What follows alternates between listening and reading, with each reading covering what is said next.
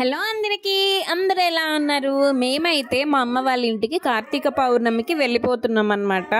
So first అయితే ఖ్యాతి bike ఎక్కేసింది, ఇంకా మా అమ్మ వాళ్ళ ఇంటికి వెళ్ళిపోయాం. నెక్స్ట్ ఏంటి అంటే ఈరోజు అమ్మవారికి బూరి గారి చేస్తారు.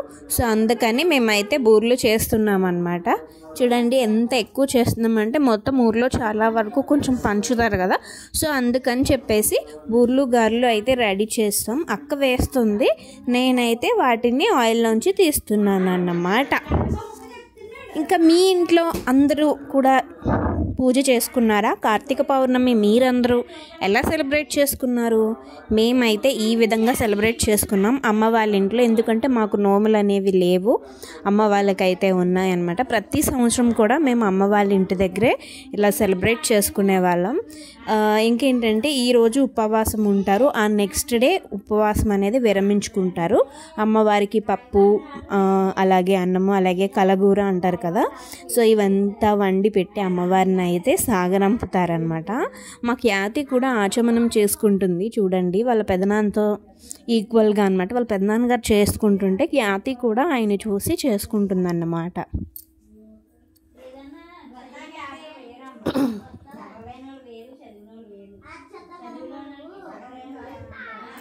మొత్తం 3 సార్లు వాటర్ వేస్తే ఆ వాటర్ని తాగేసింది, తాగేసి 4వ సారి వాటర్ విడిచమంటే అది కూడా తాగేసింది అనమాట. ఇంకా నేనైతే పూజ రోజు కథ అయితే నేనే చదివానండి, ఎందుకంటే నేను మా ఇంట్లో ఫస్ట్ నుంచి కూడా మంత్రాలు చదవడం ఇవన్నీ కూడా బుక్ చూసి నేనే కథ చదువుతాను. సో ఈ సంవత్సరం కూడా నేనే చదివాను అనమాట. ఈ ఇయర్ స్పెషల్ ఏంటి అంటే మా జ్ఞానేశ్వరి కూడా ఉపవాసం అనేది ఉన్నది. సో ఉపవాసం ఉండి తను ఉపవాసం చెల్లించుకుంటుంది అనమాట. బట్ పిల్లలు ఉపవాసం ఉండడం అనేది ఈ రోజుల్లో చాలా గ్రేట్ కదండి. సో తనైతే ఉపవాసం చాలా పర్ఫెక్ట్గా చేసింది, ఎక్కడా కూడా నీరసంగానే అనిపించలేదట తనకి. మేబీ తనకున్న భక్తి వల్లేమో తనైతే ఉపవాసం చేసింది. ఇంకా నేనైతే కథ అంతా చదివేశాను అనమాట. అక్క అయితే మూలని ఇలా డెకరేట్ చేసుకున్నది, చాలా నిండుగా అనిపించారు గౌరీ అమ్మవారు అయితే, చాలా చాలా నిండుగా అనిపించారండి. ముందుగా కూడా నేను ఫస్ట్ ఆఫ్ ఆల్ చెప్పాల్సింది ఏంటి అంటే, నేను ఈ వీడియోస్ చేసేయడం వల్ల కొన్ని వేల డబ్బులు వచ్చేస్తున్నాయని, లక్షలు వచ్చి సంపాదిస్తున్నానని, కొలాబరేషన్స్ చేస్తున్నానని ఏవేవో అనుకుంటున్నారంట మా ఊర్లోని.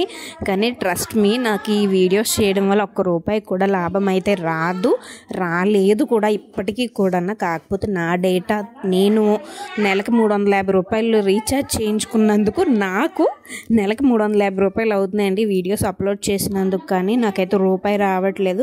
సో ఎనీవేస్ అనుకునే వాళ్ళు అనుకుంటారు, నా సాటిస్ఫాక్షన్ కోసం మాత్రమే నేను వీడియోస్ చేస్తున్నాను, ఖాళీగా ఉండడం కన్నా ఇదేదో చేయడం బెటర్ కదా అనే ఉద్దేశంతో చేస్తున్నాను తప్ప దీనివల్ల అయితే నాకు కోట్లు వస్తాయి, లక్షలు వస్తాయని కాదు, ఏదో సరదా అనమాట. అంది ఒక టైంపాస్ జాబు.